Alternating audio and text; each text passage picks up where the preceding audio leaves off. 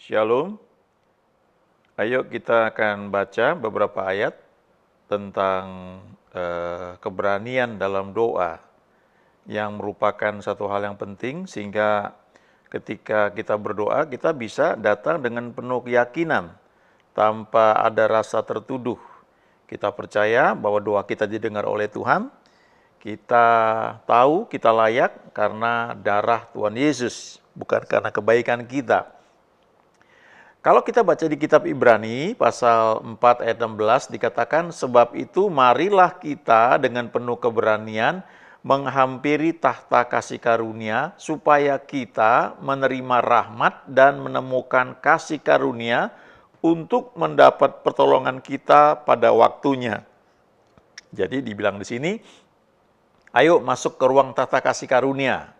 Ruang tahta kasih karunia itu ruang tempat kasih karunia itu memancar terus-menerus.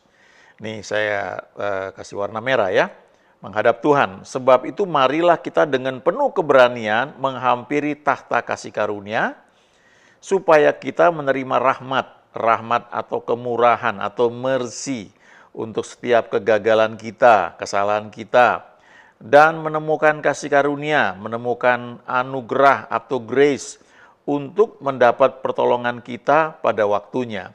Jadi ini ada sisi proaktif dari kita ya, dari kita ada inisiatif karena ada firman yang mengatakan demikian.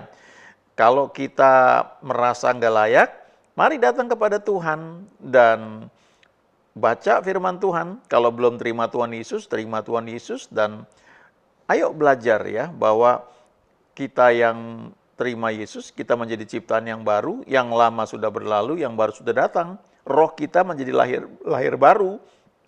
Roh kita itu menjadi roh yang layak.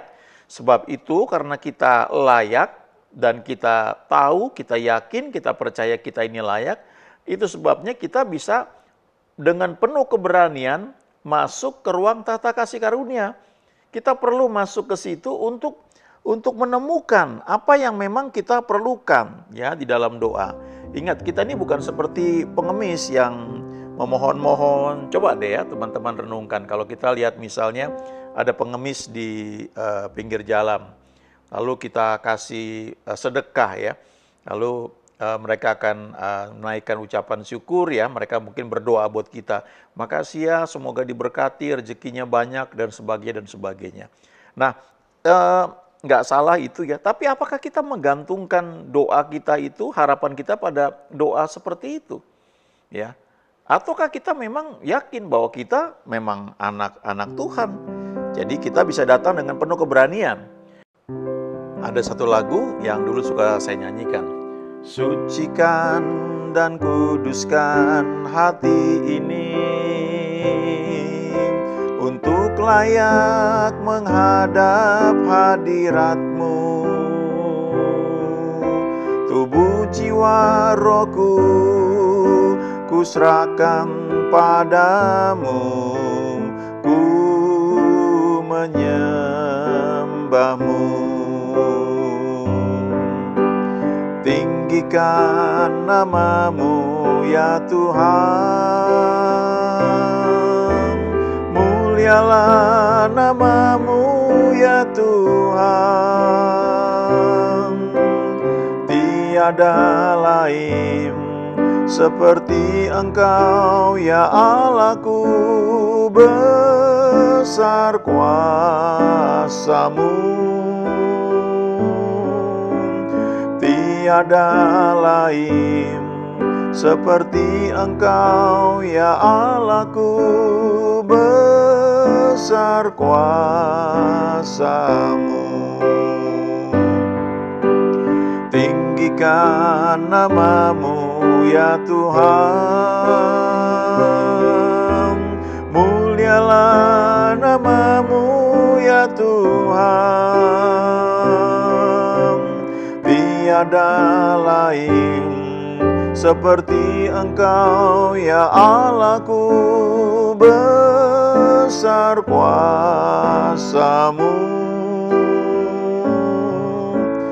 Tiada lain seperti Engkau ya Allahku, besar kuasa-Mu. Tiada lain seperti Engkau ya Allahku, besar kuasa-Mu. Tiada lain seperti Engkau ya Allahku, besar kuasa-Mu.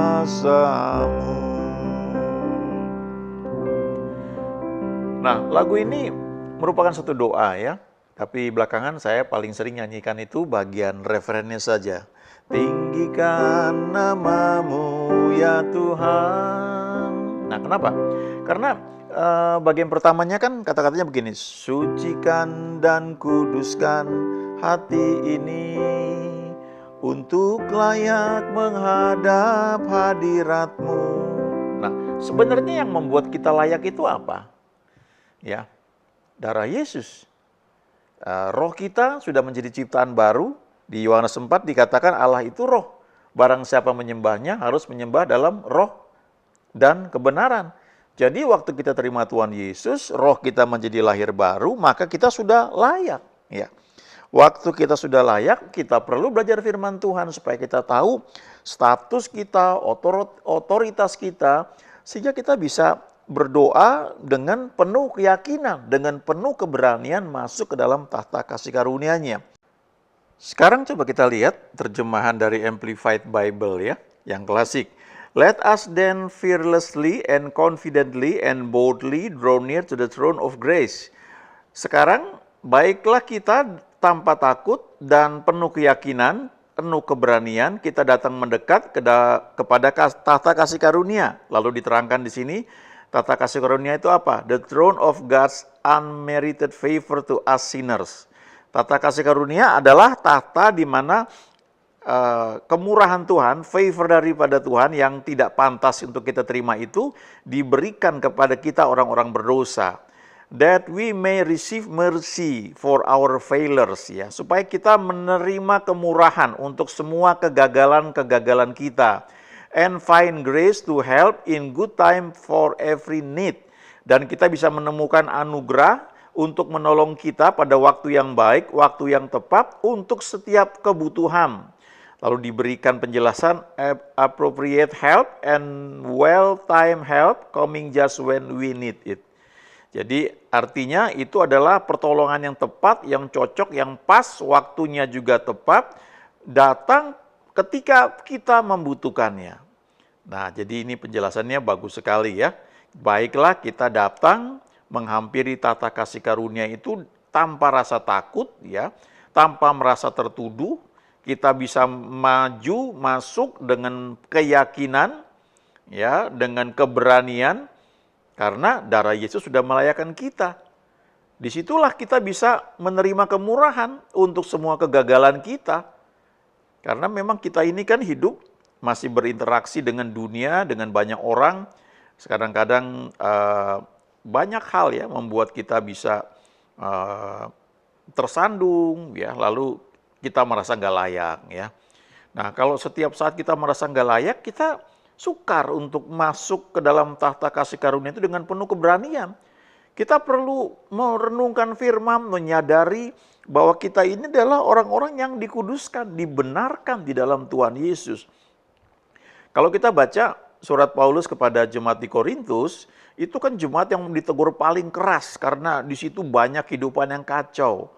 Bahkan dikatakan ada orang yang hidup dengan istri ayahnya. Tapi di awal suratnya dia berkata, kepada orang-orang kudus di Korintus, kepada jemaat Korintus yang dikuduskan, dipisahkan oleh Tuhan. Jadi dia menyebutkan mereka itu semua orang-orang yang dikuduskan. Tetapi ada hal-hal yang perlu dibereskan. Tapi kelayakan itu karena terima Tuhan Yesus. Ini ada satu ayat lagi di surat Yohanes, pasal 1 Yohanes pasal 3 ayat 21 dalam terjemahan versi mudah dibaca. Saudara-saudaraku yang terkasih, jika hati kita tidak menuduh kita berbuat salah, kita mempunyai keberanian untuk mendekati Allah. Ini salah satu hal yang membuat doa kita tuh terhalang. Sering kita merasa nggak layak, kita tertuduh. Makanya kalau ada tuduhan, ayo dibereskan. Kadang-kadang kita punya ganjelan dengan orang lain, ya dengan teman. Jadi kita tidak bereskan itu, ya. Ya minimal kita dengan Tuhan, ya kita bereskan sehingga itu nggak ada tuduhan di hati kita. Kita perlu punya keberanian untuk datang dalam doa tanpa rasa tertuduh, ya, yang bisa mengganggu kita ketika kita sedang berdoa. Nah, coba saya bacakan ayatnya ini lebih lengkap lagi, ya. 1 Yohanes 3 ayat 21 sampai dengan 23. Saudara-saudaraku yang kekasih, jikalau hati kita tidak menuduh kita, maka kita mempunyai keberanian percaya untuk mendekati Allah. Dan apa saja yang kita minta, kita memperolehnya daripadanya. Ya, kenapa? Karena nggak ada tuduhan, no condemnation. Lalu dijelaskan kenapa nggak ada tuduhan, karena kita menuruti segala perintahnya. Dan kita berbuat apa yang berkenan kepadanya. Nah, itu bisa terjadi karena kita punya hubungan dengan Tuhan. Kita mengerti apa perintahnya kita lakukan, dan itu menyebabkan hati kita tidak tertuduh. Lalu ditambahkan lagi lebih lanjut. Dan inilah perintahnya itu supaya kita percaya akan nama Yesus Kristus anaknya. Itu yang pertama, yang paling utama. Lalu yang kedua, dan supaya kita saling mengasihi sesuai dengan perintah yang diberikan Kristus kepada kita. Kita perlu sadar bahwa kita ini sedang dibentuk oleh Tuhan. Tidak ada yang sempurna. Jadi seringkali terjadi gesekan satu dengan yang lain. Nah, firman Tuhan mengajarkan untuk kita saling mengasihi. Mengasihi artinya ya kita mengampuni, walaupun orang yang bersangkutan mungkin tidak minta maaf, tidak minta ampun sama kita, ya kita mengasihi karena love covers, kasih itu menutupi segala banyak kejahatan atau banyak dosa dalam terjemahan lain, ya. Jadi itu membuat hati kita jadi merdeka, dalam doa itu nggak tertuduh. Kadang-kadang dulu ya waktu zaman saya masih kuliah, kalau kami perjamuan kudus itu merupakan satu hal yang sangat sakral, ya. Jadi seringkali sebelum perjamuan itu kita mau nggak mau kita membereskan, ya, persoalan satu dengan yang lain supaya hati kita merdeka, ya, waktu datang dalam doa. Ini lagi, ya, saya bacakan lagi. Saudara-saudaraku yang kekasih, jikalau hati kita tidak menuduh kita, ini dia persoalannya, kalau hati kita tidak menuduh kita, kita merdeka, maka kita punya keberanian percaya untuk mendekati Allah. Kita bisa masuk dengan penuh keberanian ke ruang tahta kasih karunia, kita menerima rahmat untuk semua kegagalan kita, menerima kemurahan, menghapus semua kegagalan kita, dan menemukan kasih karunia untuk mendapat pertolongan yang kita butuhkan. Dan apa saja yang kita minta, kita memperolehnya daripadanya, karena kita menuruti segala perintahnya dan berbuat apa yang berkenan kepadanya. Jadi saya ingat, ya, satu ketika ada sedikit konflik, ya, saya dengan seorang teman. Lalu ketika kami berkumpul bersama untuk membahas suatu pelayanan, lalu dia tiba-tiba ngajak perjamuan kudus, ya. Lucu juga sih sebenarnya, tapi terus saya sadar, wah sadar, saya minta maaf sama dia, lalu minta maaf juga dengan ada yang lain, ya. Tapi itu membuat waktu kami perjamuan tuh hati itu bersih. Walaupun di sisi lain kadang-kadang itu jadi seperti todongan gitu, ya. Ayo kita perjamuan, ya. Kalau mau nggak mau kita harus membereskan hati kita, harus supaya nggak ada tuduhan, ya. Tapi yang saya mau sampaikan adalah coba kalau ada tuduhan, bereskan itu, ya, supaya clear. Makanya kadang-kadang dalam pertemuan kadang-kadang, ya, para pendeta kadang-kadang suka aneh juga, ya. Kita tahu ada ganjelan antara satu dengan yang lain, tapi kita ketemu kayak nggak kenal, ya, nggak ngomong, saling menjauh, ya. Sebenarnya ada tuduhan di hati kita. Nah, itu sedikit banyak sangat mempengaruhi kita untuk penuh keberanian masuk ke ruang tahta kasih karunia. Ada satu ayat lagi, Roma 8 ayat 1, dikatakan di sini, demikianlah sekarang tidak ada penghukuman bagi mereka yang ada di dalam Kristus Yesus. Roma 8 ayat 1. Kalau kita baca bahasa Indonesianya cuma seperti ini aja, ya.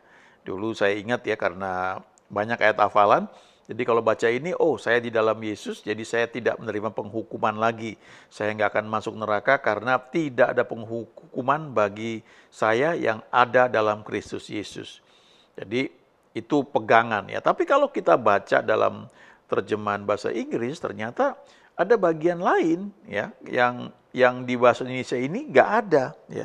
Dan kata penghukuman itu dalam bahasa Inggrisnya itu digunakan kata condemnation ya. Condemnation itu salah satu artinya adalah tuduhan. Jadi kalau kita baca dalam bahasa Inggrisnya dari New King James, there is therefore now no condemnation to those who are in Christ Jesus. Jadi sekarang karena itu tidak ada penuduhan, tidak ada tuduhan lagi kepada mereka yang ada dalam Kristus Yesus. Lalu ada tambahan yang di bahasa Indonesia ini nggak ada. Who do not walk according to the flesh, but according to the Spirit. Dikasih tahu, dijelaskan di sini, tidak ada penuduhan bagi mereka yang ada dalam Kristus Yesus, yaitu mereka yang tidak berjalan menurut tuntunan daging, tetapi berjalan menurut tuntunan roh atau Roh Kudus. Kalau kita sudah terima Tuhan Yesus, maka roh kita adalah ciptaan baru. Roh kita ini penurut. Daging itu lemah, tapi roh itu penurut. Alkitab berkata seperti itu. Jadi kalau kita berjalan menurut tuntunan roh, maka nggak ada tuduhan. Nah, dalam bahasa bahasa aslinya itu yang dibilang berjalan menurut tuntunan daging itu bukan hanya berarti dipimpin oleh emosi, marah ya. Kadang-kadang kan orang bisa begitu ya. Dia marah, dia ambil keputusan karena dia marah. Makanya saya pernah baca satu artikel yang bagus sekali ya. Jangan pernah mengambil keputusan kalau dalam keadaan emosi yang nggak stabil. Ya, disingkat menjadi halt. Halt itu berhenti. Halte itu tempat pemberhentian bus ya. HALT itu berhenti. HALT, hanya hungry, lapar. A-nya angry, marah, L-nya lonely, kesepian, T-nya itu tired, kecapean. Jadi jangan pernah mengambil keputusan kalau kamu sedang dalam keadaan lapar, atau marah, atau kesepian, atau sedang dalam keadaan capek. Karena keputusanmu akan dipengaruhi oleh kondisi kamu itu. Jadi kamu akan bertindak menurut daging. Jadi menurut logika kamu. Nah, padahal kita harus mengambil keputusan dengan pikiran yang jernih ya. Dengan pikiran yang teduh. Nah, kalau kita ke konteks ayat ini, artinya kita berjalan menurut tuntunan roh atau Roh Kudus. Roh kita sudah lahir baru, jadi kita juga bisa berjalan sesuai dengan tuntunan yang Tuhan berikan kepada kita. Bukan menurut flesh, ya flesh atau karnal. Tapi menurut tuntunan Roh Kudus. Ya, kalau karnal itu sesuatu yang lahir dari logika kita. Ya, logika itu perlu, penting dihitung, tapi kita compare dengan bagaimana roh kita yang sudah lahir baru. Itu sebabnya Paulus itu dia tekankan ayat ini di Kisah 24 ayat 16. Sebab itu aku senantiasa berusaha untuk hidup dengan hati nurani yang murni di hadapan Allah dan manusia. Kenapa? Supaya nggak ada tuduhan, nggak ada condemnation. Dan jujur ini ya tidak mudah ya. Semua sedang belajar, saya juga sedang belajar. Apakah saya selalu langsung bisa membereskan ya sesuatu, misalnya kalau ada tuduhan ke orang yang bersangkutan? Enggak juga ya. Kadang-kadang hanya dalam doa dan ya minta tuntunan Tuhan juga ya. Karena kalau enggak kita bisa terjebak dengan cara-cara yang sudah dibuat menjadi satu sistem ya, jadi satu apa ya istilahnya satu metode. Kalau kita pelajari Tuhan Yesus waktu melayani itu, ya kita bisa menyimpulkan ada langkah-langkah yang dia buat, tetapi metodenya itu berbeda-beda. Untuk orang buta juga cara dia menyembuhkan itu berbeda-beda. Ya, jadi ada satu step yang dia buat, ya dia lakukan, tetapi metodenya itu bisa berbeda karena tergantung tuntunan dari Roh Kudus ya. Dia belajar mengizinkan Roh Kudus menuntun dia. Nah, kalau kita membiarkan Tuhan menuntun kita, maka akan timbul iman. Nah, iman itu yang diperlukan. Itu dia kayak indera keenam ya, bukan secara daging karnal, tetapi iman, dan iman itulah yang menarik grace, anugerah. Faith itu yang menarik, anugerah yang tersedia bagi setiap kita yang percaya. Dan anugerah Tuhan itu tak habis-habisnya. Yohanes 1 berkata, dari kepenuhan Yesus itu kita menerima anugerah demi anugerah. Nggak habis-habisnya. Anugerah untuk pelayanan, anugerah untuk bekerja, anugerah untuk jalan-jalan, anugerah untuk menikmati keluarga, hidup pernikahan, anugerah untuk anak-anak, anugerah untuk main musik, anugerah, dan banyak sekali segala macam ya. Mari nikmati itu dengan penuh keberanian yang Tuhan sudah berikan buat kita ya. Amin.